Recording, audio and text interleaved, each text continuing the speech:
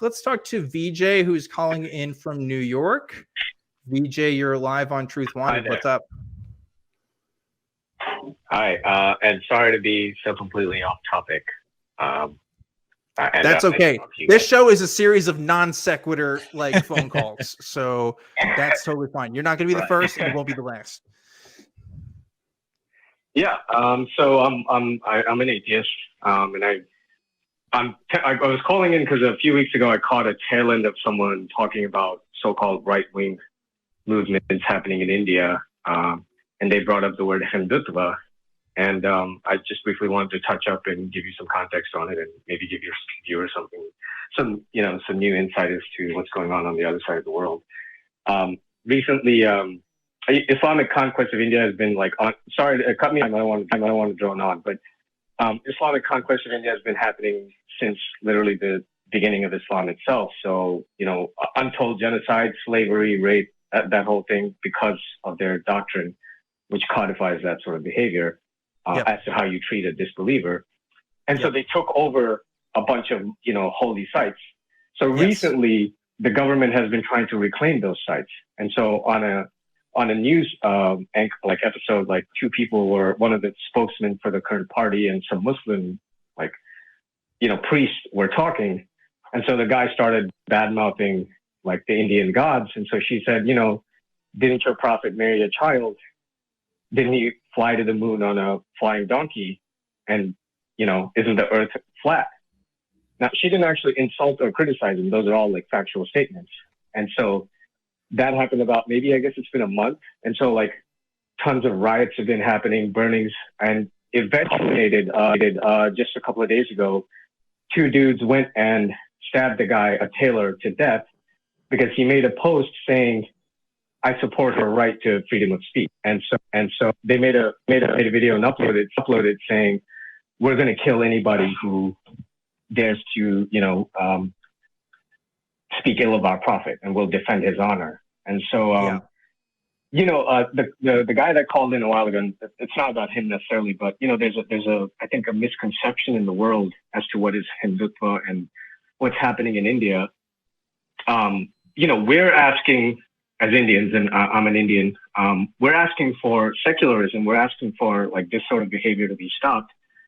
And so, at least in America, it seems, whatever news I see about, outside of America, it just seems like it paints any sort of reaction against Islam or Christianity as to be somehow itself hateful or extremist. And it just doesn't make any sense to me. I don't why is anybody, in any other situation, the victims here would be portrayed as victims, but if you read the news, it'll downplay the incident and say it'll completely remove the context as to what happened and just, mitigate the blame to Islam or Islamic activity. So I just wanted to bring that to light. And, So everything I'm going to say here is positing because I'm an armchair, again, white guy from the United States that just reads from home. But I do know a little bit of so a lot of Americans don't understand India. They think when they think of India, it's it's a Hindu nation, right? Well, yes, but India has a very complicated history with Islam. The Taj Mahal, one of the most famous landmarks of India, is the result of Muslim caliphates. India has been has been at war, has had internal conflicts between Hindus and Muslims literally for as long as they've been in the region. And the entire formations of countries like Bangladesh and Pakistan are because of these religious conflicts. It's literally why these countries exist, so that they could put these people separated by the religious infighting was so bad that they want to have their own kind of nation states. And that's why India was separated. Bangladesh was originally part of India. And anyway, so there's a lot of geopolitical history there. But of course, in India and in many nations of the world, this isn't exclusive to India. Freedom of press has issues in regards to bias that you don't actually see in the United States. There's a lot of people that criticize American journalism and how it works. It's actually a lot really awesome compared to a lot of other nations in the world. when you see a lot of those biases at play. And that's not even countries with state-run media. Like I believe India does have some state-run media, but they do have like independent institutions, but are still heavily biased towards obviously even it's a big country. Media. Yeah. Sorry, go ahead. Yeah, it's a big country and it has various local institutions and also some national ones, I believe. But again, this conflict is not the first time that this has happened between conflict, specifically posts made on social media about Hindus or Muslims and then being violence of it. Like this has happened several times, not just in India, but also in Rwanda and also in other places where there like is Muslim majority populace and stuff, because there is kind of that conflict there, you sort of interfaith conflict. So there's a lot of history there, and it's bullshit. I think people should talk about it more. Unfortunately, there's not a lot I can do. Again, as white guy talking from Austin, Texas, about stuff in world events. Yeah. Mm-hmm. I did have so this is my opinion. I'm freeballing, and please correct me, or share your criticism of it. I would personally be a fan or support a ban on religion based upon religion, or political ideology. It doesn't have to be religion. I don't know what the laws are in America, but I presume that if you're a Nazi and say you want to immigrate, we would probably find cause to deny you. And I don't know. I don't know if that's true. Yeah. I don't know if that's true. I don't know either. I would hope so. I would hope so. Right. But that's, I would hope that's my view, but that's what I want to ask. Listen, we have a lot of Nazis in this country. Okay. Like America's more cool with Nazis now than ever, which is like really bad. But India is unique in that it has a there is a constitution, I believe. They do have there is a it's a secular, it's based off of a Western government, but they don't have some of the same protections that we do. It's not secular. They don't have. So in India, they have Sharia law, believe it or not. And so this is the thing that really grinds my gears, is that if you're a Muslim, the minimum age law does not apply. So you can marry children. You can have 4 wives. Property taxes, like inheritance laws, is based on Sharia, which is a woman gets, half, a mom gets an eighth, et cetera, et cetera. And I think it's people say it's India's secular. So like if you're a Muslim, you don't have your mosques, and if you're a Christian, your churches, no taxes. But if you're an Indian, the temples, all of the temple wealth is controlled by the state. So the current regime is trying to undo some of these unfair laws, and so they're branded as right wing, quote unquote, which they're really not. They're more like center left, actually, because their economic policies are kind of liberal, but not really. They're for social welfare schemes and all of that.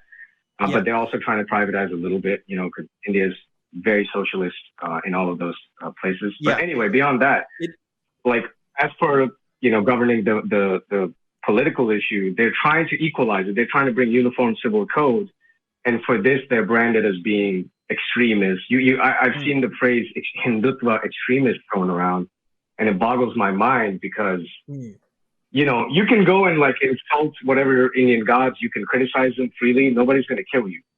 Try doing that with Muhammad.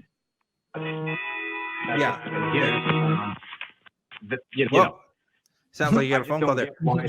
I get you, VJ. It's not fair. It's not fair. Important note to clarify: when you say India has Sharia law, it is local to particular states. It's not countrywide. And when I was talking about it being like when it's the government in India, as far as I'm aware, is set up to where they do have a multi-party system and stuff. And so there are different parties that will have stronger, maybe advocate for more religious groups than others. But I've seen tons of stories from India from people being like, oh, well, this Indian education minister or whatever thinks that you know, the Brahmin were the first to discover nuclear physics. You know, I'll see that kind of stuff come up. And then of course there's like the sectarian violence that happens, of course, between when Hindus and Muslims come into these conflicts, again, in particular regions. It's not like all over the place, but I mean, it does happen. That's something to. It happens all over the country. Yeah. Well, I mean, and more so in particular parts than others, right? Like I don't want to be generalizing here and say all parts of India are the same, but it's like, you know, again, it's very complicated geopolitics of a country that I don't actually live in. So I can only comment on it so much. But let me say this, VJ. Well, you know, because we got to kind of wrap up the show here. I feel for you, and it's not fair. It's bullshit. You should be able to criticize whatever religious figures you want, whether they be Hindu in origin, whether they be Muslim in origin. And it sucks that governments worldwide don't recognize this. Again, like you know, atheists in the United States are kind of looked down upon. It's kind of a joke, or have been, and in parts of Europe as well, because they say, why do we need this? You know, we're secular states, you know, people don't really care this much. And then we have the fucking abortion ban that just happened, right? And it's like, this is why we talk about this stuff, because the intersection of religion and politics, that's a one-to-one relationship there. We pretend like it's different. We pretend like these institutions don't affect each other, but they do. And obviously it's happening in India. Obviously it's happening all over the world. And it's certainly happening here. So it's important to talk about and criticize these things. Again, not criticizing just for criticism's sake, although I agree you have the right to do that too, but also to point out that, like, hey, you should be able to point out and say we shouldn't have these laws that should affect particular religious minorities when they don't have to, or particular religious teaching should be where everyone should follow, like it is with Sharia law. So yeah, it's all bullshit. But VJ, I'm really sorry. We got to wrap up this show. So I am going to let you go. No worries. But thanks for calling in on that. It's a interesting issue to talk about. And Calvin, thanks, VJ. I want to hear your thoughts on that too, if you had any. Yeah, not a whole lot. I mean, I second pretty much everything that you said. I don't have a whole lot of thoughts on a country that I don't really live in or you know, have much influence with. But yeah, I mean, I do agree that you should have, you know, the right to, you know, vote for your own government and, you know, not be forced into this ideology type of thing and be killed for not believing in it. Yeah. Now, whether I believe in what you mentioned, banning religion, I don't not sure where he was going with that. Yeah, I don't necessarily know what that would even entail. Like, do you mean banning, like just thinking about a God? I don't really know what that even means. But I don't know if I would go as far as to try to ban anyone's thoughts or beliefs. I think that's kind of taking extremism to the other spectrum. Yeah, and then that gets difficult, right? Because then it goes back to, well, what about like Nazis? Yeah, you know what I mean? And it's like, well, how do you regulate this? This is the problems of our times, people. Ideologies and the regulation thereof. Like that is like what I believe to be a critical issue in the 21st century, especially in the age of the internet, when everybody's getting ideas all over the place. How do we do that? How do we fix that? I don't know. I just talk about it. But there you go. You know, it is what it is. But hey, yeah. The Atheist Community of Austin, obviously we are based in Austin, Texas, but we want to hear everybody from around the world and talk about their perspectives and opinions. And I'm glad I get to talk to people. Obviously, VJ living here in the United States, but like we hear calls from countries all over the place, and hearing all of you guys' stories and how it's like to live in these places is always fascinating to me.